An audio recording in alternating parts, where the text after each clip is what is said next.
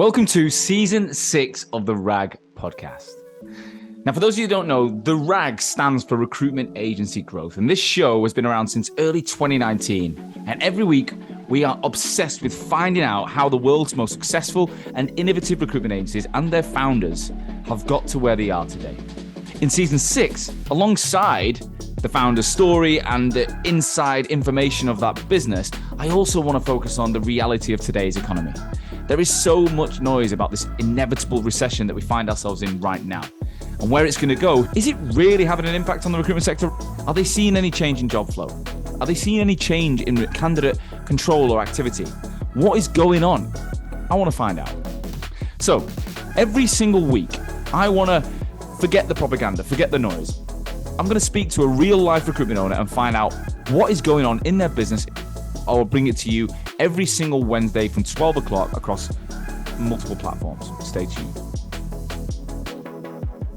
Hello and welcome back to another episode of the RAG podcast. On this week's episode, I'm going back in time. Now, due to a few unforeseen circumstances, I wasn't able to record this week's episode with a new guest. We will be catching up with this amazing recruitment entrepreneur. However, rather than leave you with a week of no RAG podcast, I wanted to bring back an episode that I recorded in 2019, which was possibly one of the best I've ever done. This guy is known as Tom Glanfield, and Tom is the founder of LHI, Lawrence Harvey. At the time of recording, this was pre-pandemic, in an office in London, Tom was talking about his business, where he was at that time and how he was looking to exit. He told his story of launching the business from his house that he renamed Harvey House. And some of the stories were incredible. In fact, hilarious. I remember nearly crying at one point. But Lawrence Harvey, one of the biggest and most well-known brands from the UK, now in the US and Asia and all over the world. And this story still sticks out and still gets mentioned as one of the best I've ever recorded. So I'd love to bring it back. In true RAG spirit and trying to get myself in the mode, I've actually put on the exact same outfit today to record this that I wore in 2019. Call me sad, but I just wanted to prove to you that, founders of businesses and award-winning podcasts or whatever, we don't tend to invest a lot of money in clothes. We do wear the same shit for years. So on a serious note, I really hope you enjoyed this episode. Tom and the team are incredible, great business. They've gone from strength to strength since the pandemic. But let's go back in time to 2019 to one of the best episodes I've ever recorded with Tom Glanfield. Without further ado, Tom, welcome to the podcast. Hey, Sean. Good to have you in. Thanks for inviting me. It's all right, mate. It's been a pleasure to have you in. We've had an hour with you before. You're one of the earliest guests who've ever arrived in my office. Well, yeah, I mean, I'm normally late, and I thought this time I want to make some time to come on here and find Get in early. You said were you in London all day? Or I've been in London all day. I mean, I'm quite glad that this is effectively a non-video interview because I've just been stuck in the Canary Islands for 3 days. There is a video, there is a camera right there, so don't worry. It's the bad side as well. I've got a swollen eye because I was in a sandstorm for 3 days, and then bad back. So I've just been to an osteopath, and I've got that kind of slight drool face as well. So, mate, good to stick to the podcast. Oh well, most of our listeners are audio, but if you do want to know what Tom looks like, get on YouTube and have a look because I think he looks fine. But Tom, pleasure to have you, mate. I've been chasing you for a long time to be on this show, and you ignored me a few times. But you said you don't read your LinkedIn messages. I'm bad on LinkedIn. I need to get way better. I remember seeing your message, and I responded immediately. And I noticed you'd messaged me about three times before. You were like, mate, well up for it. I was like, well, what happened to the fucking 3 times before?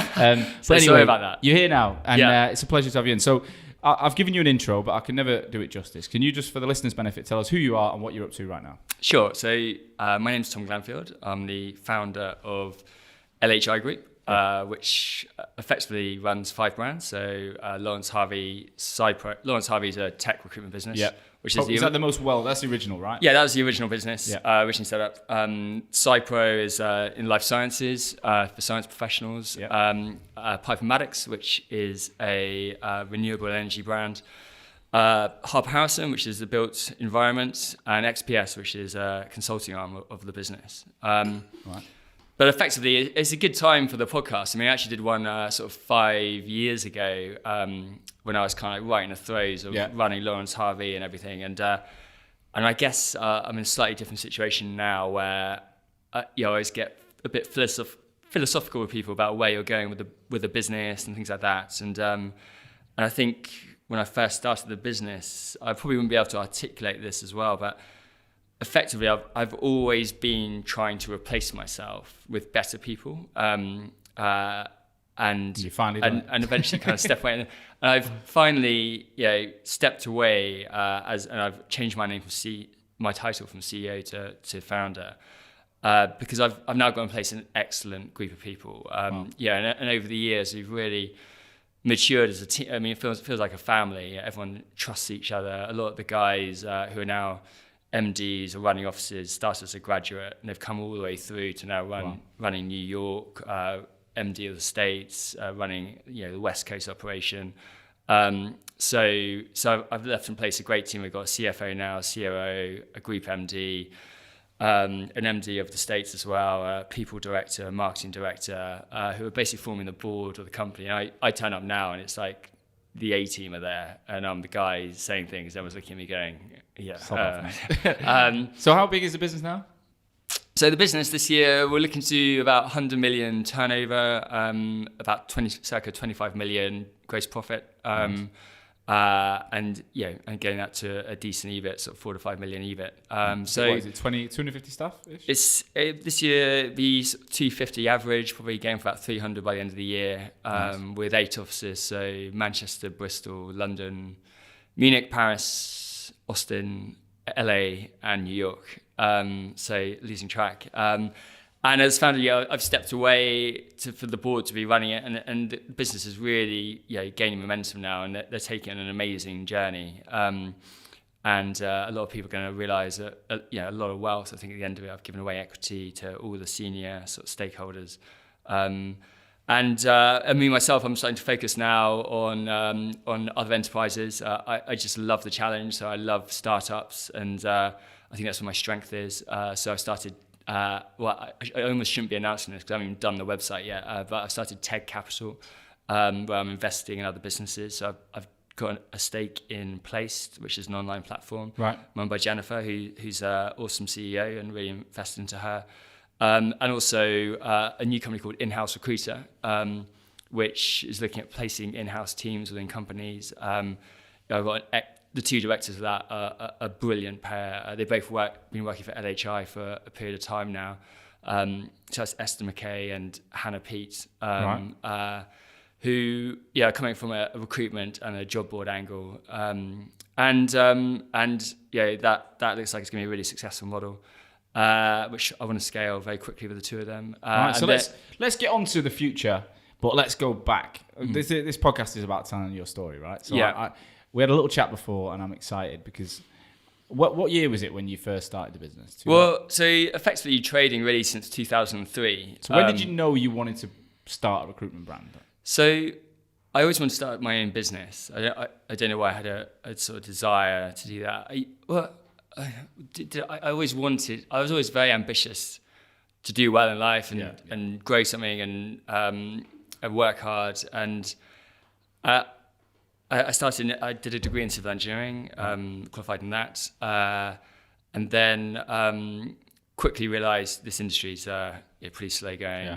I think my girlfriend at the time, I found out, was paying more in tax than I was earning, and she was doing recruitment. Yeah. And my brother had just qualified for the Olympics. Doing what? Like sailing. So he got 2 silver medals in Beijing and Athens, and came 4th at Sydney. And I was like, I need to make a name for myself. It's going to take me a long time in engineering. So I went to recruitment. I joined S3 Group. We had a wicked experience with them. But I probably would have gone all the way with them. But I think at the time it was you having your chair taken away if you didn't make an interview and things like this. And I was like, it's time to leave. I think I can do this better. What? And how long were you there? Under a year, so about 10 months. And how old are you at this point? 23, 24. Right. So then I left. Did you do well in that 8 months? Did you have a... Yeah, I was second on the board when I left. But that's pretty good in your first year. Yeah, in London. But it was actually quite a tough market at that time. I didn't think I was ever the best out and out biller, but I never really got properly going. I was only there for 10 months. So the biggest challenge to me when I started was effectively cash and experience, and I really did the hard way because I was by myself with literally no money, and I was quite aware of a lot of people said you have a joke at the S3 group that I was there on work experience because I looked so young. So I had to start the hard way, the graduate loan, and effectively my decisions in calling the company name, what I called it, and how I went about that. So Lawrence Harvey sounds like it's super professional. It's a strong name. Yeah. So I didn't want to call it Tom Glanfield Associates, something like that, because effectively everyone would know I was a one-man band, and I was the director of that company. I actually didn't want people to know I was the director of that company.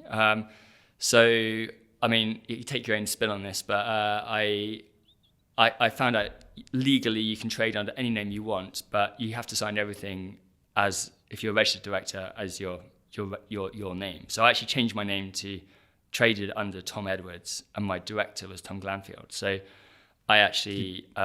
was LinkedIn around? LinkedIn was around then? LinkedIn was around, but really in its infancy then. No one was really using it. So is there an old Tom Edwards profile? So, I know there isn't. So I was Tom Edwards, and my director was Tom Glanfield, because I wanted people to... I always said I was a consultant. I was Tom Edwards, consultant for Lawrence Harvey. My director is Tom Glanfield. I changed the name Lawrence Harvey. Again, not sure if I'm saying this or not, but I had an old family friend called Harvey. But I'd heard this story through friends of Packard Bell coming along. Obviously, everyone knows Hewlett-Packard, which is a big global brand now and always has been for as long as I can remember. But Packard Bell was a small company in Belgium that flew because everyone associated it with Hewlett-Packard, with that trust, subliminal trust in the name.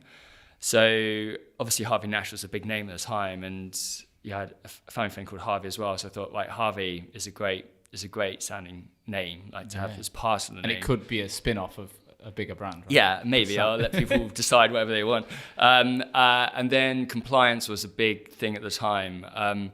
So I had law. So I had basically Law Harvey. So that it just flowed then Lawrence Harvey. Yeah. And then I actually had...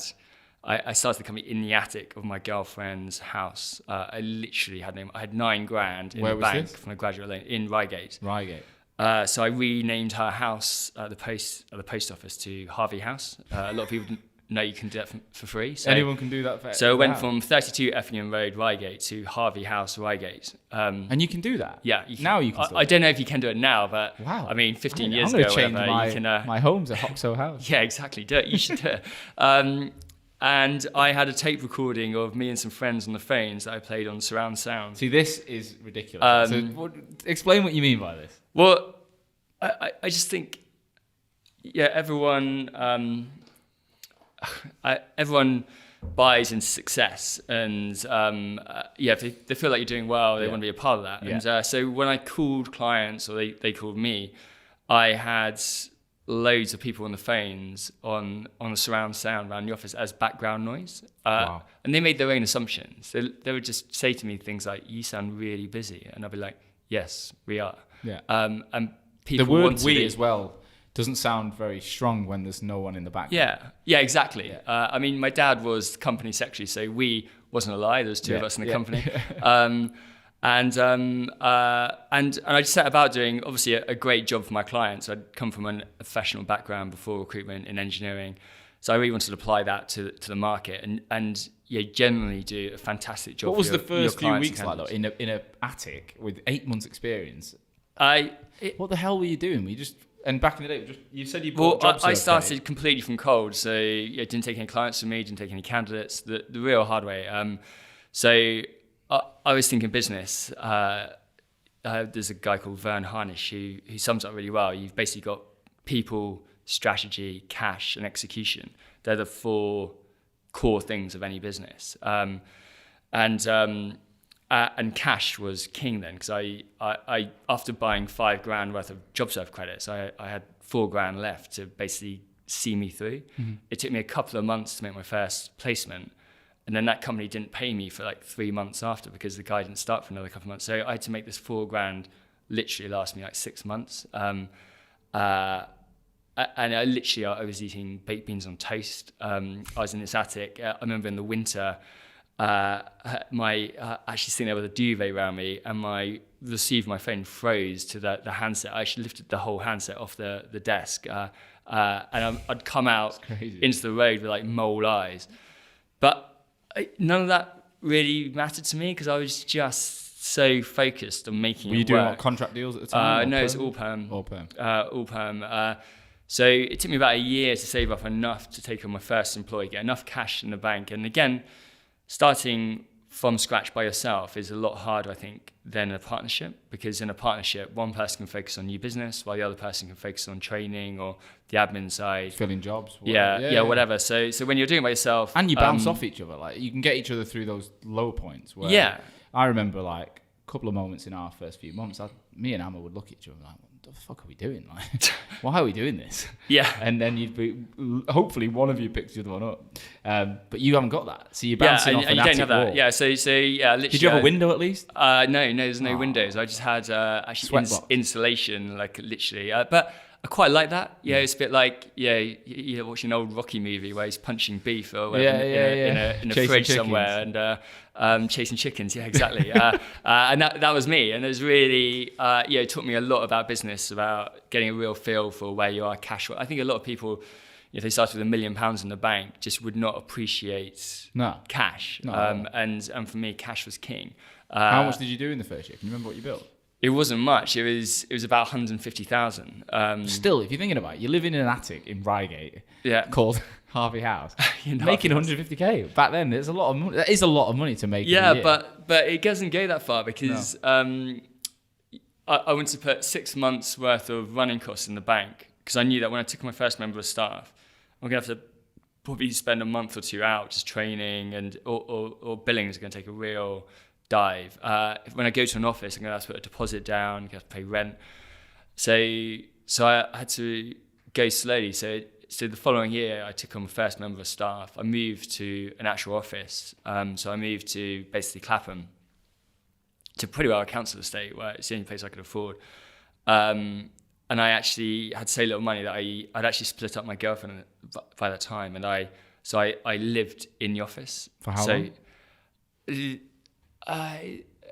6 months to a year, so say about 9 months. I lived in this office. And you're just you and a guy. You had one member of staff. I had one member of staff initially, but then over the next couple of years, I started getting to about 8 to 10 staff. So when you were living in the office, you had multiple people coming in every morning. Yeah, so every morning I would have to be awake, dressed, and ready to open the door to the first person who came to the office, and then I'd have to be working to the last person left. But that was always they would have thought that was my work ethic and motto, and I think that's really important. Did you ever get caught out? Well, yeah. So there was a couple of incidents. The main one was I remember having your kind of worst dream where I basically had a sofa bed I pulled out every morning. And I remember particularly one morning, I think I had a few drinks the night before. Yeah, it's always. And I woke up naked in bed, and I looked beside me, and there was a cup of tea beside me, and I was like, that's weird. And it suddenly dawned on me that the time, and I kind of sat bolt upright, sort of naked in bed, looked around me, and there was like 6 to 8 staff around me, all working away. Like morning time. And I was like, literally like morning time. I was like, morning guys. Then I kind of put the duvet around me and sneaked to the bathroom to have a shower. Do you think in a way though, like people are like in the early when they join a startup, like they're kind of attracted to the quirks of a startup, like it makes people laugh and feel more connected than you never get the same people who join the corporate brand that would join you then anyway. Yeah, 100%.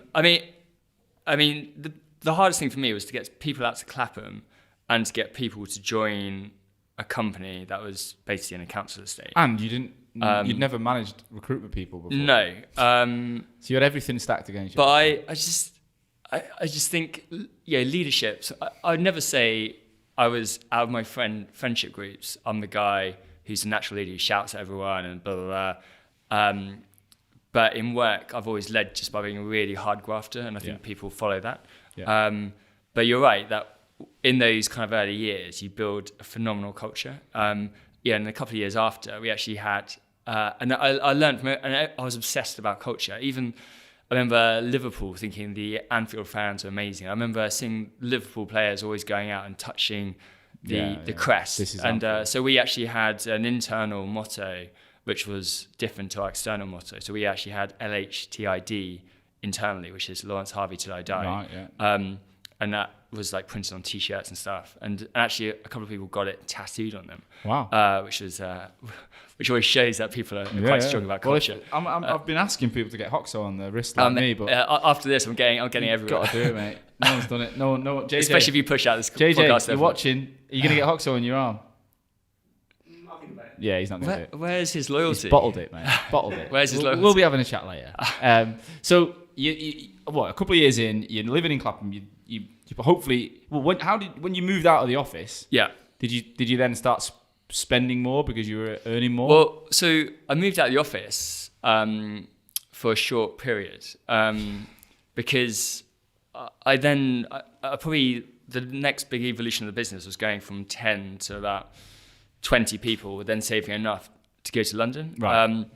So what I did was I moved out for a short period. I was kind of stuck at 10 for a little bit, and I knew I had to get past this 10 mark. I'd just been taking on graduates, and I needed to get a bit more experience in the firm. So I identified sort of 3 key roles I needed to recruit for, and that was a top perm biller, a leader, a team leader, and a contract biller, because I didn't know anything about contract. But for me to get those 3 guys or girls from other firms, I was going to have to pay them a lot of money and guarantees and everything. And I identified the people I wanted to get on board. And I went after them hard. But it meant me taking my earnings back to about 20 grand a year. Yeah. Even though I was running, quite by then a reasonably successful recruitment firm, about 10, 12 people. I just got married as well, and my wife could never understand why I was paying myself less than most of the people who work for me. Yeah. And I was like, it's just because you own and run the firm doesn't mean you necessarily earn the most. You know? Not on the day to day. Yeah. So I went. I basically put my hands right back to be able to enable myself to get these people on board, and I went back to basically living in the office again. With your wife? With my wife. She actually worked for the firm. She was actually my first employee. Really? Yeah. Wow. And a phenomenal consultant. And she, unfortunately, we're divorced, and we can talk about it later. But she's a phenomenal recruiter. She joined as a graduate. I wanted to quickly interrupt this episode to update you on what it is I actually do all day, apart from the RAG podcast, of course. Now, most of you know from the episodes that I am the founder of Hoxo, right? What you probably don't know is that we're currently working with over 250 recruitment agencies and over 4,000 of their recruiters around the world in every continent, and helping these businesses brand themselves and the people in the company better. Now, we have built a creative team over the last 6 years that helps manage the creation of new agency brands. Obviously, a lot of the listeners in the RAG are starting their businesses for the first time. But more often than not, we rebrand tired companies. So many businesses we work with are smashing it when it comes to revenue and performance, but their website and their online story was built back when they started for like 500 quid, and it just does not represent who they are today. So we believe getting that right building a brand becomes your anchor. Now, every good brand also needs traffic, right? You need people to see it, to come to the website, see you online, and that's where your people come in. So we work to either manage the personal brands of your team, or we can teach you how to build the brand yourselves. All of it is designed to give you consistency on LinkedIn that helps you stand out from the competition, show your personality, show and add value, and ultimately make more money. Now, I personally speak to potential new customers along with my business partner, Amma. So I would love to spend some time with you, my RAG listeners that I potentially don't even know yet. Any of you that are interested in building a brand that's fit for purpose in 2023 and beyond, come and speak to us. Just click the link in the show notes, fill in the form, and we will be in touch with you within 48 hours to book a 30 minutes video call ASAP. Right, back to the show. So paint this picture then. How the fuck do you and your wife live the marital move to the office? So this was interesting. So this was again... Hope she won't mind us talking This about again was... I can't believe I'm saying this in the podcast. This was again blagging it. So basically there was an office, there was an apartment above the office that I was renting. So I managed to get in touch with the guy who had that and asked if I could rent it as my own apartment, which I did. So me and my wife moved into that. Right. But so you had a space at least. What the guy didn't know was that I drilled a hole through the ceiling to put a wire through from the servers in the office, so I could then cable out that apartment and put computers in, so I could get another 10 people in the lounge there. So I then went back. See, JJ's even laughing. Look, this is a first. He's normally reading some kind of gaming blog or something in the background. So then I went back to having to answer the door every morning to the earliest member of staff dressed. I bet, yeah. Which after a while, it's like getting a bit lapsed because there's one girl who'd always get in at like 7 a.m. So I'd quite often answer it with a towel around me. Yeah. Well, I'd get showered up and. But how then, did your wife cope with it? Well, again, she was in the company and she was living and breathing it with me. So she was quite. She was invested and she really wanted it to work, and so she did the same. All right, we're going but the biggest issue was actually the landlord. So he kept wanting to come round every other month and see the place, and I'd always like fob him off. And then have an excuse every time. One time he insisted on coming round, and I was like, oh my god. So I was like. So I got this day and I had to move everything into the place downstairs for this one day. It was almost like 20 people rammed like sardines, holding the door shut downstairs surrounded by chairs and computers and this was before laptops. Yeah, and everyone kind of laughing and sniggering. Again, this is like the whole thing of making a culture in the team. Yeah. So as soon as him going, everyone running upstairs again with their chairs and tables and resetting up the office. But we eventually got enough money in the bank to then move to London and get a nice office. So what year was that? 5 now you're asking. It's probably about 8 years ago now. Into London, and that's when 2012. Or something I guess we really started motoring. What were you? Do you remember what you were turning over at that point? We were about 40 staff. We just hit. So you'd crammed 40 into Clapham. So this was 2012. Yeah. So it was about 8 years ago. Yeah. So we'd hit the fast track 100. So were you 10 years old at that point then? Yeah. 9 years old, 8 years old. So we just hit the fast track 100 fastest growing companies in the UK, which again was a great experience, meeting Richard Branson and everything. So we were about 40 staff, and I couldn't tell you. I think our turnover was about 20 million or something, because we'd started hitting contract quite hard. But you're piling people into basically... Maybe it was a bit less. Yeah, it was about 20 million, 18, 20 million. But with about 40 heads. In Clapham? We'd got to like 25, I think, was our max in Clapham. And that was like bursting at the seams. Yeah. But again, it was a laugh, you know. Yeah. And there's a little pub beside us in Clapham called Out of the Blue, who were amazing to us. And every Thursday and Friday night, the whole team would always be in there till basically closing, together, having drinks and having fun. And everyone just loved hanging out. And we'd go to each other's houses, and I'd actually encourage managers to, hold monthly dinners at their houses. So we'd take in turns hosting dinners at each other's houses. Yeah. Again, creating that team culture. But that pub actually went bust when we moved out. I think they suddenly realised that we were propping them up. So you must have been at a similar age or younger than some of the staff you hired? Or did you bring? Was it all grads that you brought through? No, it was all grads. So it was a very young company. But you were still close in age. Yeah. I do find that I think that's super important actually. Yeah. I think the agencies I've seen now, and I'm not naming any names, but I've seen some guys that they're much older than the staff they hire, and if they plug it with the generation in between, I think it works well. Yeah. But if they just sit there and they're 20 years a gap from the staff, I think I don't think it works. I think that is hard. When we moved to London, I was kind of late 20s, and the average age of companies were about 25. So So yeah, it's just a few years kind of older. So what was your life like then? So you've moved out of living in the office. Yeah. You're still married to your wife who still works at LHI? Yeah. Yeah? You're 40 staff. Like, what's your life like? What were you thinking at that point? Because you're a super successful guy at that point, in your late 20s. What's motivating you, right? Well, I think getting to where I am now, where, again, I always thought, I always had this mantra now that be the stupidest guy in your boardroom. And I always thought I was the biggest underachiever, like everything I did. So I'd always work really hard to be good at whatever I did. And I still believe that now.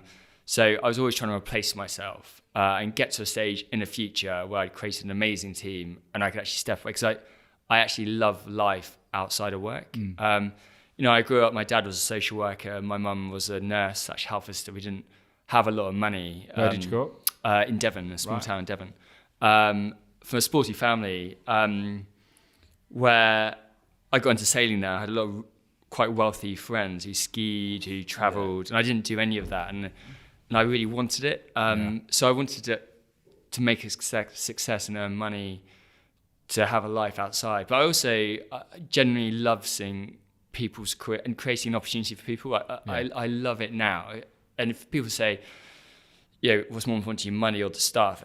100% the staff now, and seeing people have amazing careers and changing their lives, and seeing people who've joined me from a building site as a graduate to now being the MD of the whole of the US operation, and going to their wedding and seeing their whole life sort of unfold. And so for me, I was still obsessed about the business. Did you know where you wanted it to be though? Like, because I get all these startups asking me, like, what's possible? And again, I think they listen to this show a lot of the time to kind of feed off your stories and inspirations. But like, I don't. I mean, I've got a plan for Hoxo now, but I don't think I didn't see that when I started. Yeah.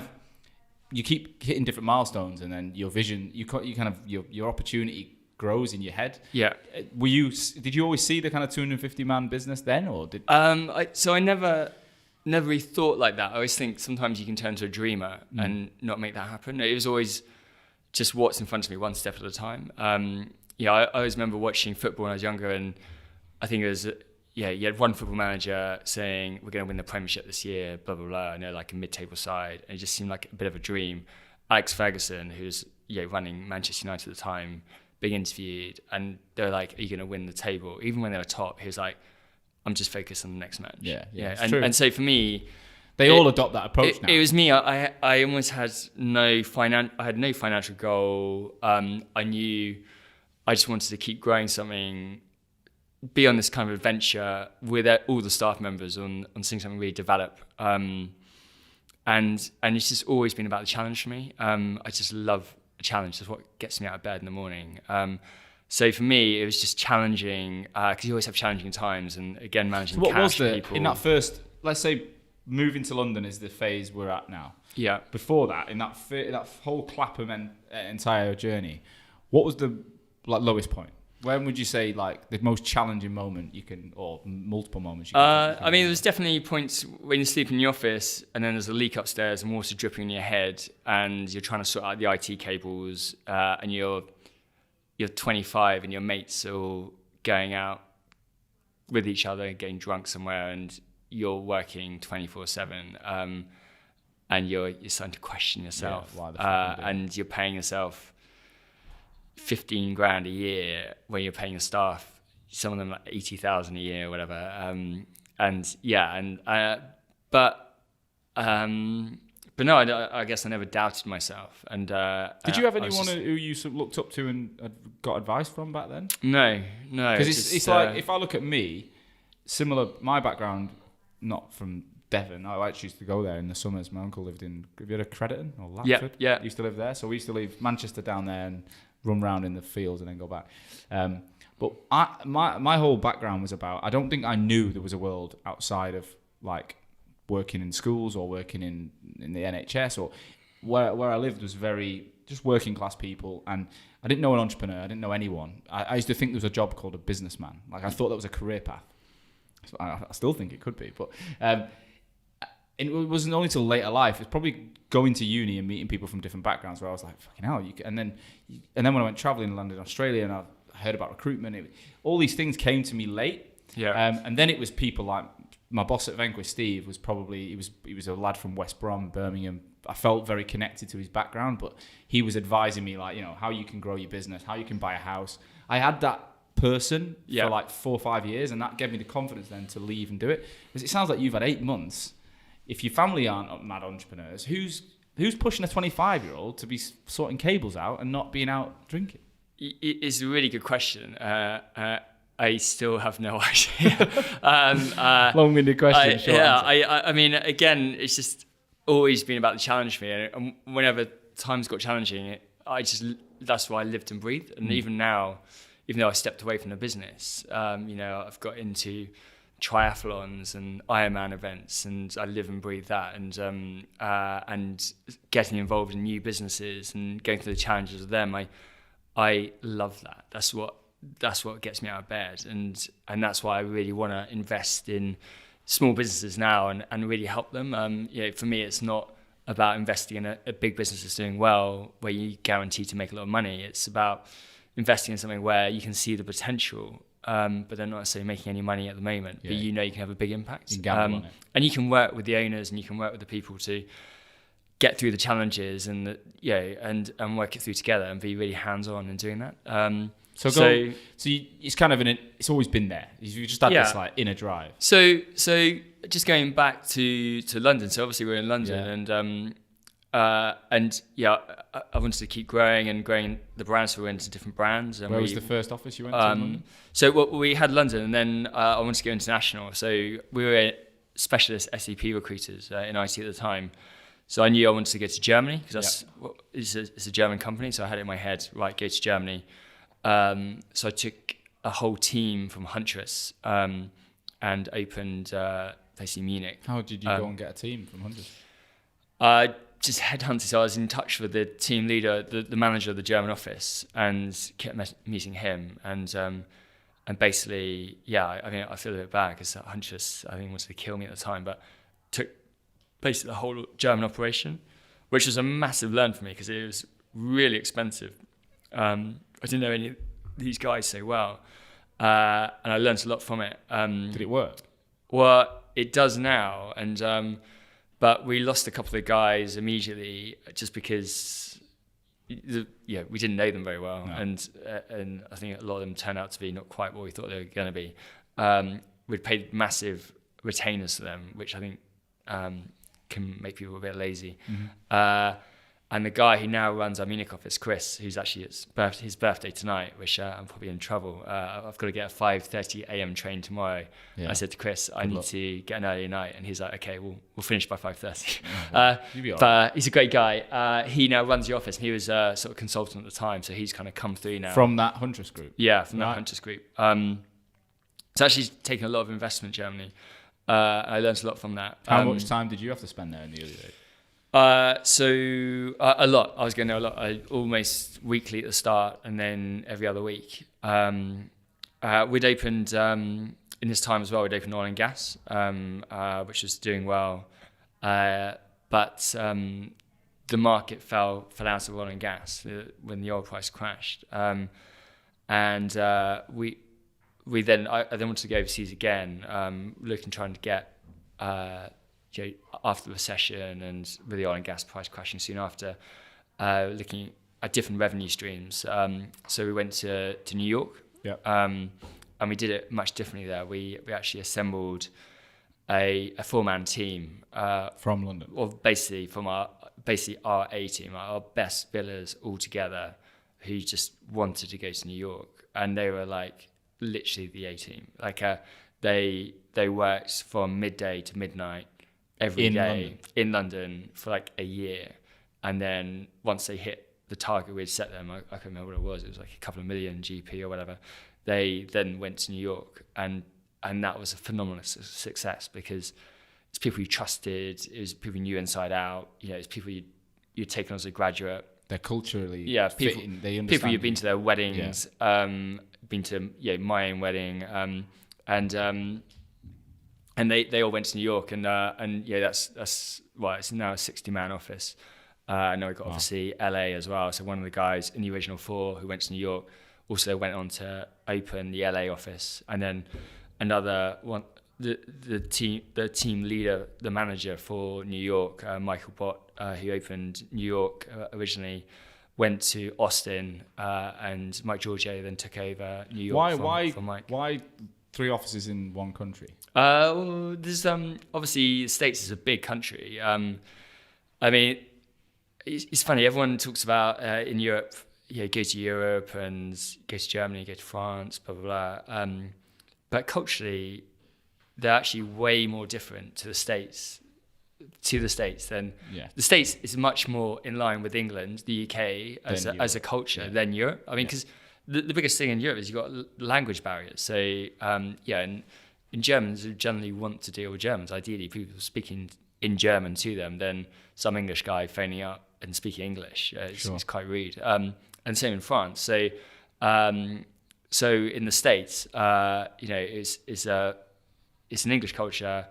It's a massive economy. The tri-state area alone is the same economy size as Europe, but the time difference is you've got in New York to LA is what 5 hours or something. So and again, trying to see someone in LA, client meeting, the costs of flying from one side of the country to the other are high. And then I think culturally they're quite different as well. Like I spent 4 months in LA when I was younger, and I've been away to New York. I've never lived there, but I felt like New York was way more European, like way more fast paced. They're quite aggressive, a bit more like London, and LA is like chilled. Like they're more, they're just different people, right? New York is hardcore. It's like London on steroids. It's an aggressive market out there. Your guys get headhunted. It's fast paced. It's very expensive, and LA's kind of the opposite. But it's still very expensive. But it's very laid back, bit cooler. Everyone's on electric skateboards and scooters and stuff. I think I might be going there. I like the sound of that. The climate's amazing on the West Coast, in LA. It's just a huge country, and culturally, every state you almost have to treat like a different country. Yeah, they're very different. So in these moves, obviously you learned a lot from the first one. US, you're using more of you took a London contingent and they've gone and landed and expanded across the country. Yeah. How much time did you have to keep? How are you managing that when you're in the UK? And how do you do it? A couple of years ago, I was kind of at a breaking point of me physically. I mean, I think I've always had a good engine on me, but I was getting to a point where I was doing almost 3 flights a week. I basically had New York, LA, Austin. Austin, has come along since I stepped away more. Paris, Munich, now Manchester, Bristol, and London. So there's a lot of offices basically all reporting to me. And the summer conference, I was trying to present at every office. The winter conferences, we'd do a States conference, end of year conference, and a European one. So we have 2 separate ones. So it wasn't too bad, the travel. But for the summer, I'd go to, so I'd do a presentation in London, and go out with the London team that night, wake up basically hungover, fly to Munich. I remember one time I went out with London, was pretty hungover, got up, flew to Munich, had to be out of Munich. I was out with the German team who absolutely went crazy after their conference. It was a really fun night, but I was in Pasha with them till about 3 a.m. I then had to get a 7 a.m. flight to Paris to then present to them, and then go out with them in the evening as well, and then fly back on Saturday, basically, dying. So obviously that takes its toll on you, and I've always been learning along the way. And again, I think a lot of this you can't learn from books. There's always a different challenge for everyone in business, and there's no set formulas. It's really working out what you need to do and what your priorities are. And my priorities were to really bring through leadership, succession, give that autonomy and trust to people to run their own thing. So I promoted people to MDs. So I promoted Mike to MD of America, Jim to MD of globally, brought in a CFO, and James Ash, who I met a couple of years ago, has had real impact on the business. He became basically COO of the business and is now chairman of the board with Jim as CEO. And at what point did you think about getting advice? Because you mentioned you did get an NED. So prior to James, James basically started it as a non-exec to me, but was a really great move, really hands-on COO, which I really needed at the time, and I value him implicitly now. We're kind of like a bit of a partnership now, looking at businesses. We work really well together. I think we complement each other really well. But he basically became the CEO and now chairman. I trust him again implicitly. But prior to them, I did actually bring in David Higgins. And again, David, I learned a lot from David. He'd obviously got a wealth of experience starting up. Obviously, Harvey Nash was a phenomenal success. Yeah, well, we've got David coming in soon. So yeah, really top guy, really nice guy. Yeah, and I went to his wedding and everything. And we were together for a few years, and he kind of ran his course. He was more of a non-exec that I'd come along to once a month board meetings. And for the first time, I was actually getting advice on things. Yeah. Which is good and bad, because it was someone who's really challenging everything I did, which I did like, but I'm someone who sometimes I think people think too much. And that sounds a strange thing to say, but people think too much, and they start thinking about everything that can go wrong. You just think and they doing stop. is sometimes better than doing. And just doing it. I mean, I remember New York, going on a gig to New York, and David, saying, Dane, it's tough to open there, and the costs and the business can't really afford it right now. Yeah. And you start doubting yourself, which he was absolutely right to say, and is really good advice. And I looked him in the eye and said, look, I need to get more cash, so I'm going to get 250k. And he's like, where are you going to get 250 grand from? And I then said, I'll get it from the staff. And he was like, oh, how are you going to do that? And I got the staff to all buy equity in the business, and I got the next week 250 grand. Wow. And then we used that cash to start New York, and we just went there. And his strategy, he was like, what's your strategy to go to New York? And I was like, they speak English. The tri-state area alone is the same economy size as Europe. Yeah, just go. And if you got an English accent, they're going to add about 10 points on your IQ. So over there, we're like Superman. I don't know if it's quite the same.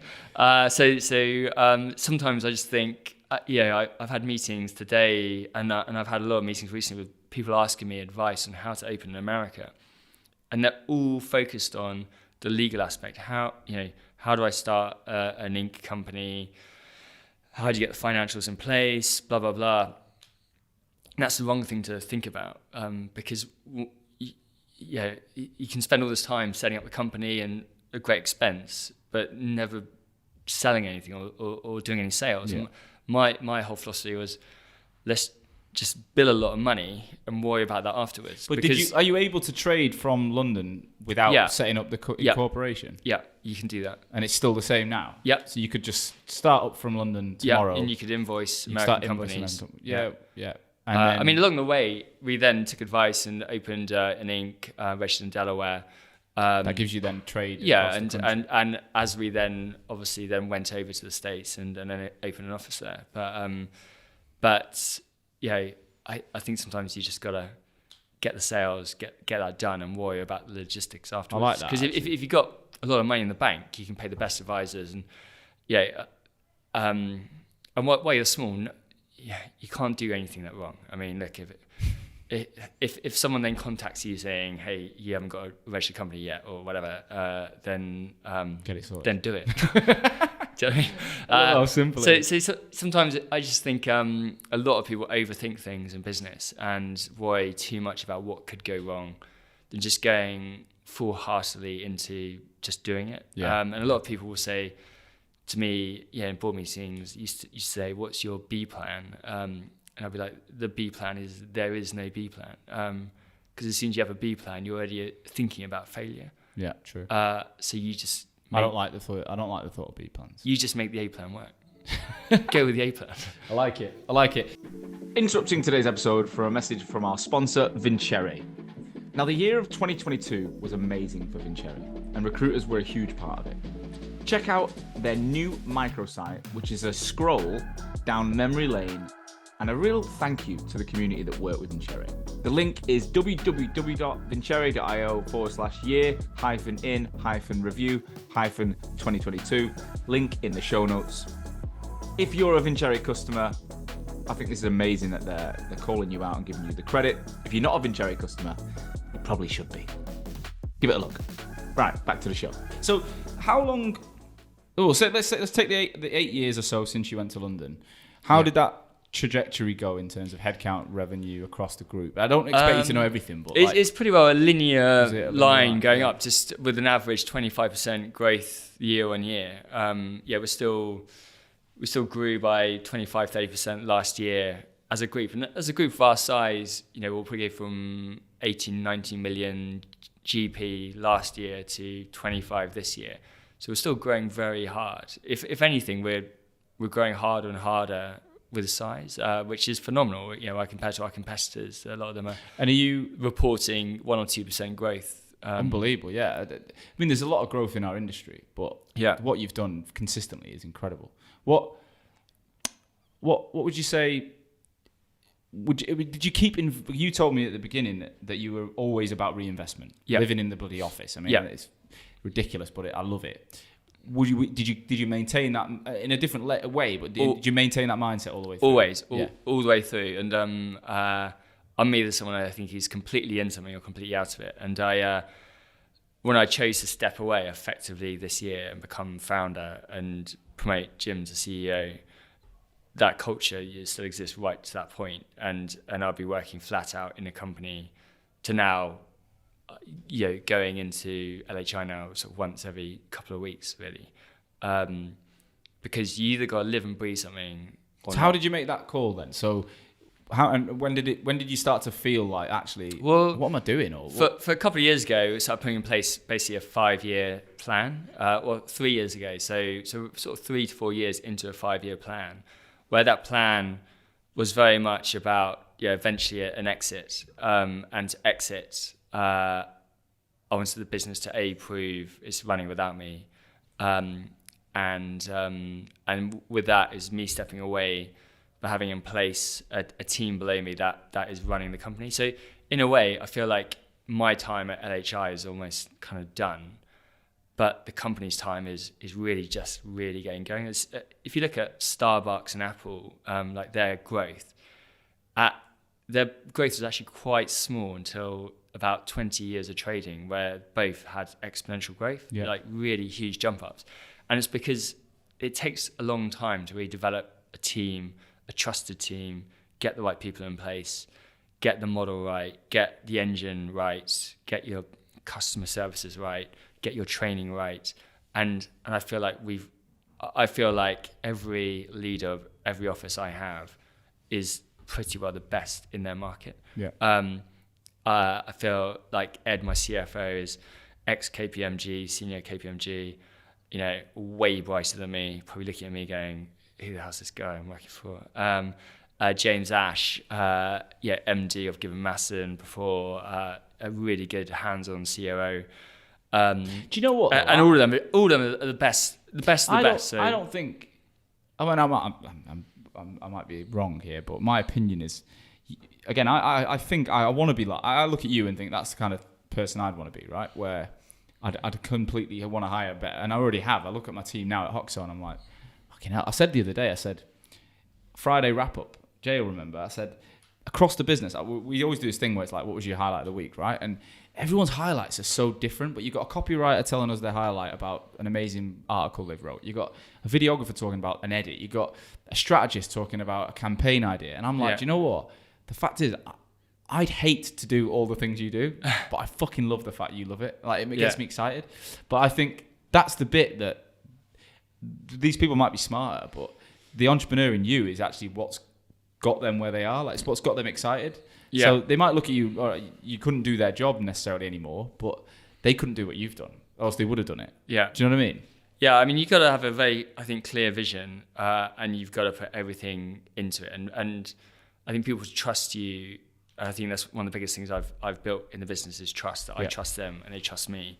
and they know I would back them implicitly. You know, we've even had death in a firm where I went round to effectively the widow and who worked for me as well, and oh my God, and financially helped her out to get her through things. People know that I remember a girl having an issue with her boyfriend, and I let her stay at my house for 2 weeks to help her out. And you just go that extra mile for people, and if you do that for people, they'll do that for you. And I always remember.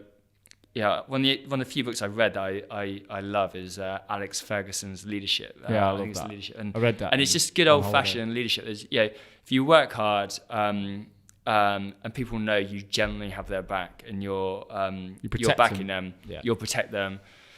They'll do the same back to you. And effectively, I've put an equity scheme in place where staff get up to 50% of the business. 50. So I said, look, it's a partnership. It's me and you. We're doing this together. I can't survive without you. Hopefully you can't survive without me, but I'm not sure that's the case anymore. But I want them to be rewarded if there's an exit in the future, if there's a capital event. So everyone's very much invested. I've never thought this is all about me. It's about us as a company going through a journey together, and that's effectively what's happened. What I want to touch on as well is your personal life and your experience of being so successful. And I mean, look, you told me before about the fact that you were divorced, right? So the lady that you lived with in that, like that was no longer. But how it was being the kind of all-on CEO. And trying to be a married man, like I'm kind of going through that early doors. Well, you say, successful as I am, and I think success is always very much open to interpretation. Sure. Am I successful? I couldn't tell you.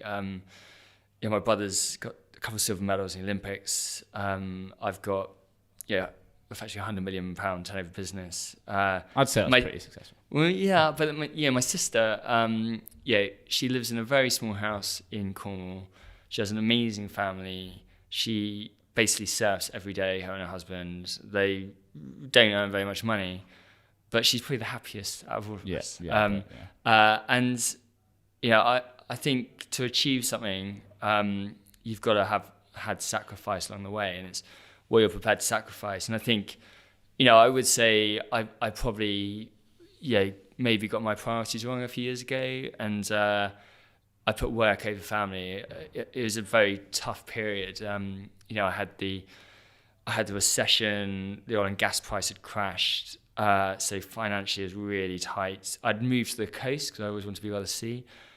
And when the sort of oil price crashed, I thought I could work more from home, but I had to go back into the office. So I was commuting like 4 hours a day. I was flying a couple of times a week. So I just never really got to see my family. I had 2 very young boys, and unfortunately, I married an amazing woman, and the marriage fell apart because I prioritized work. Yeah. And so you say, successful, and am I truly successful? I'm divorced. I'd say a couple of years ago, no. I mean, I'd say now I have an amazing relationship with my ex, actually. Now I've really taken care of her financially. I feel I have anyway. So I've got a great relationship with her, and she's got a fella, and they're very happy. Yeah. I have an amazing relationship with my boys, and go all the time. I've recently got engaged, and congratulations. Thank you. And engaged to an amazing woman. So I feel successful now, but there's definitely a period where I didn't feel successful. And I think generally, philosophically, I always say to people, if I'm advising a business or working with a director, a partnership, whoever, I have quite a deep philosophical conversation of what are you actually trying to achieve here? What's your plan? Where are you going? Because you can end up with nothing as well. Sure. Yeah. What is the point of it all? What are you doing it for? Yeah, I get that. But I think there is a lot of people out there that are going to be in relationships, starting recruitment businesses, and it's going to take a toll on it, right? It's going to take a huge toll. If you're going to be working all out, putting every penny and every minute of your brain into growing something. Yeah. There's only so many hours in a day. You asked me earlier, do you think you could start a recruitment business now and be as successful? And I think, yes, you can, but it's a very saturated market. Would I start myself a company now? In recruitment, I'd probably say no, because I think to make it work, you have to be all in. You've got to do every hour that God sends you. You've got to work to make it happen. I mean, let's face it. Look, I've had some innovations along the way in recruitment. I've had to learn how to make the best of what I've got with the finance available to me in recruitment. But it's not like Apple or where you've created this wonder product that is selling itself. In recruitment, it is like a Premiership football team. You've got to have the best players, you've got to work the hardest, and you will win if you do it better than everyone else. Mm. So anyone starting a recruitment company now has got to, you got to know it doesn't just come to you on a plate. You're going to have to work really hard. And for any relationship to work, your partner has to be invested into the business. But it's something that I did realize early on, probably more so my employees and my own personal situation, where I know how all-encompassing it is. So whenever we threw parties, I invited their parents and their partners to the parties. And it was a bit like parents' evening. So we'd have, say, when we first hit 1 million turnover, we had it was like eight staff, whatever, and we threw a party then, and their parents all came along, and we invited clients as well. So I had, in this bar, I had like the head of recruitment for Accenture and my mum and dad, and them talking to them, and my mum and dad telling them stories about when Tom was young, he did this and blah, blah, blah. And I was like, oh, Jesus. But if the parents bought into you and the family around the girlfriend, husband, wife, whoever bought into you in the business, then they became much more invested in supporting their partner working for you and their journey, and they're trying to build with you. And I think that's so important. When we hit the fast track, again, we had a massive party with 40 staff. Everyone's parents again came along. They loved it. And they were almost pushing their kids to work harder, and partners out the door to work harder because they were so excited about what we were achieving. And I remember specifically going along to an Accenture client meeting, agency briefing, where it was like me and 10 agencies in a room, and me walking in and sitting down, and the HR director for Accenture came to me, hey Tom, how's Bob and Bev? My mum and dad. I'd be like, oh yeah, they're amazing. They send their best regards. And I remember all the other recruiters like looking at me, going, "How the fuck's he done that? Who's this guy? How do they know his parents?" So I think personal buy-in is the biggest thing. And even when I got divorced, I remember standing in front of my company and telling them what's happened, and me actually crying in front of the company, breaking down a bit, and again, this is what's happened, just want to let you know, but I'm still in it, I'm still working hard. And I think, again, if you get that personal touch, and we're all human beings, everyone has weaknesses and strengths, then people will buy into you more personally as well. So, I mean, you're in a position now where you step back. What's your life like? Tell us what's world like for Tom right now. I thought when I step away, hitting 40, stepping away more, I could go live on a beach or whatever. But that's not the case. I'm not wired that way. I love the challenge. You do live near the sea, right? I do live actually by the beach. I do live by the beach, but I've got into triathlon, so I'm doing Ironman events now. So I'm even tomorrow morning. I've got to get a 5:30 a.m. train to make a swimming lesson, which I've got. But if you're hungover as fuck, you're not going to be able to do it. Like, you're going to be. I will. I'll make it, even if I'm vomiting in the pool. I'll make it. That's the old. That's the guy who cleaned his own windows and sorted out the cables in the night. Yeah, exactly. So I'm doing that, but as I say, I've started Tech Capital now, which again might be a bit premature to say because I haven't even launched the company yet or the website. But the premise of the brand. But the premise of the brand, is to invest and work with entrepreneurs in helping them scale a business. I feel personally like one of the most well-qualified people in the country to do that. I've taken a company from effectively 9K graduate loan to 100 million turnover. It's not me and by myself. Obviously I've done it as a team of my staff, but not as a joint partnership, two people starting together. So I know all the pitfalls of management, cash, strategy, and I feel like I want to work with people who I think. Does it have to be recruitment? No, it doesn't. I mean, I've started in-house recruiter, which is recruitment, but it's a different spin to a standard recruitment agency, and I'm excited about them, Hannah and Esther. But I will branch out. I think the fundamentals of business are the same, right? It's about people, cash, strategy, and your execution, and that's the key thing. And if you get that all right, then the business will fly. So no, it doesn't have to be recruitment. I guess my brand and my contacts are generally in the recruitment industry, so that's why I come across a lot. Yeah.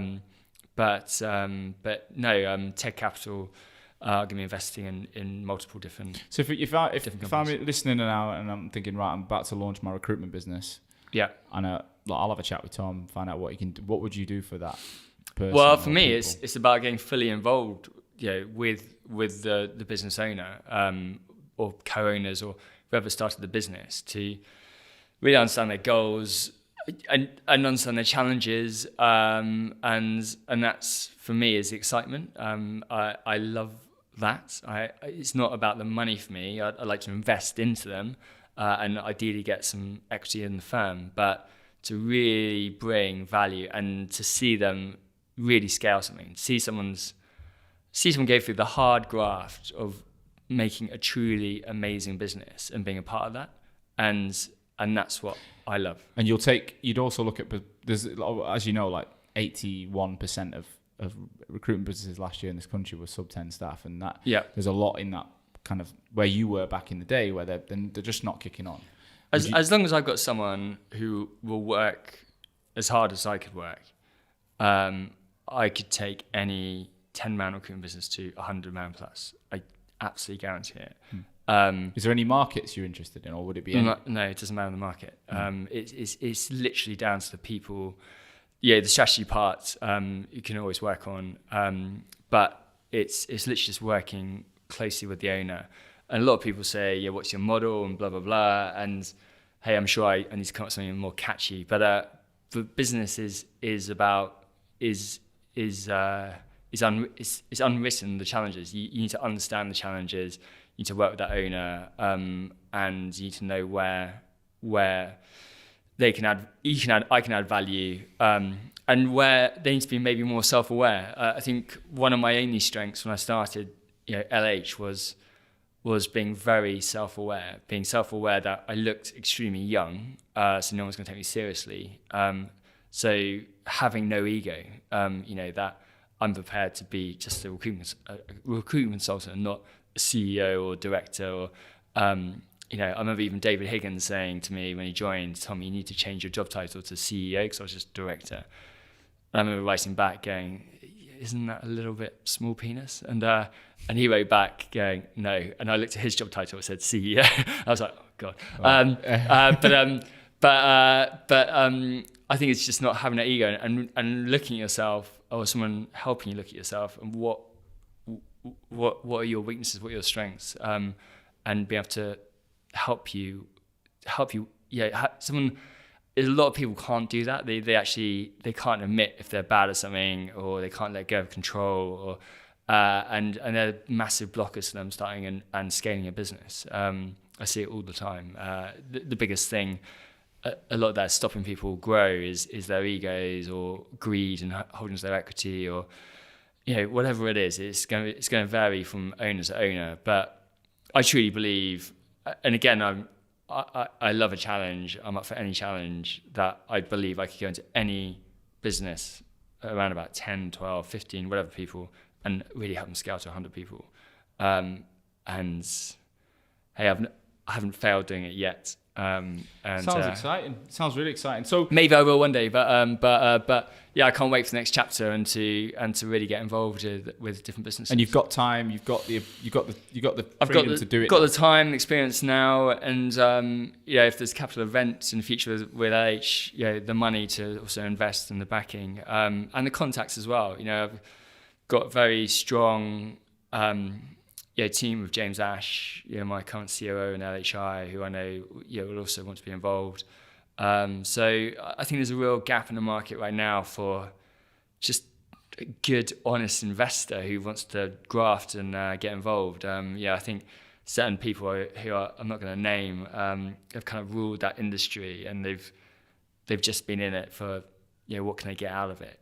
I'm going to invest. I'm going to give you 500 grand as loan notes, and take effectively your whole business off you. Yeah.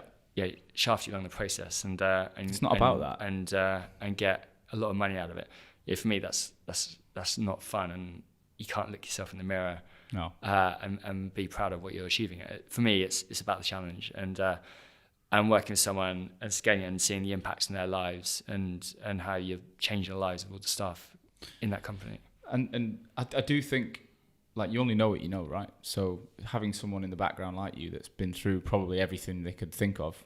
Yeah. It's just that end of the phone sometimes that you just need that, especially if you're a solo owner. Yeah. If you're a solopreneur and you're like, I feel like having a business partner has been, for me, like, more than anything, it's just that decision board. Like, you've never done half the things you're doing. Like, you constantly come up with things that are new. So you're like, what do you think? Yeah. And I actually have got to the point now where my first question all the time is, what do you think? Because I want to get everyone else's, I'll make my own decisions, but I love getting other people's opinions, because I feel like the more I'm trapped in my own head, the more I'm only ever going to do what I do. Yeah, you got to speak to a lot of people, and it's very easy sometimes to get stuck in a certain way of doing things, of course. and someone else to tell you, change that, or and it can make a massive difference. If we hadn't opened in New York, it'd be a very different business to what we are now.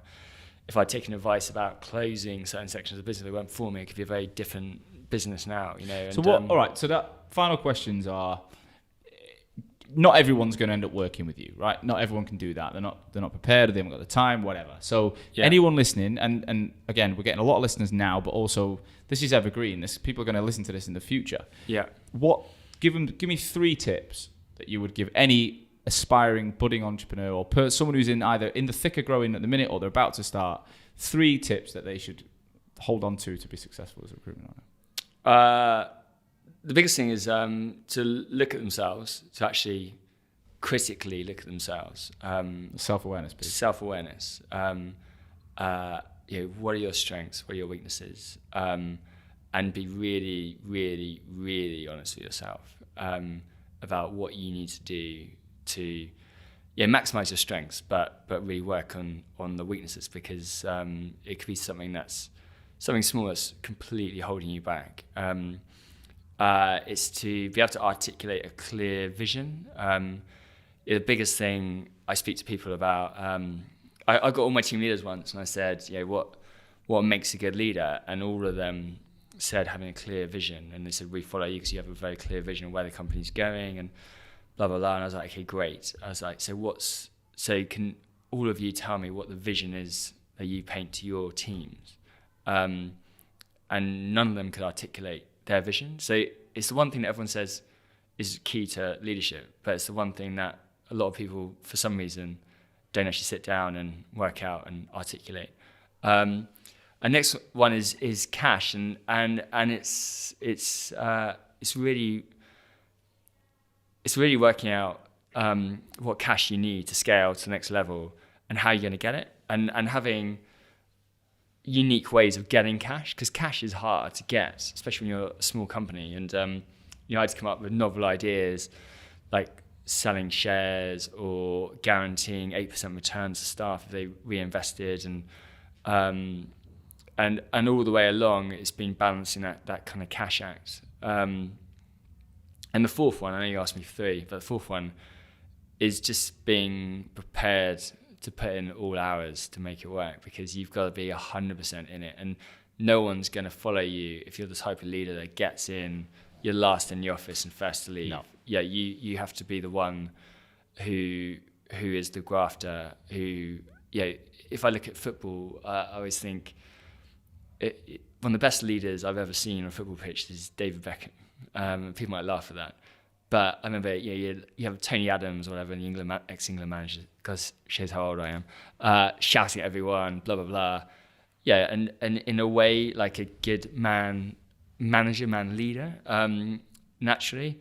But David Beckham was the silent guy who just turned up, first one in training. Yeah, Alex Ferguson would always say, first one on the pitch, last one off the pitch. Yeah.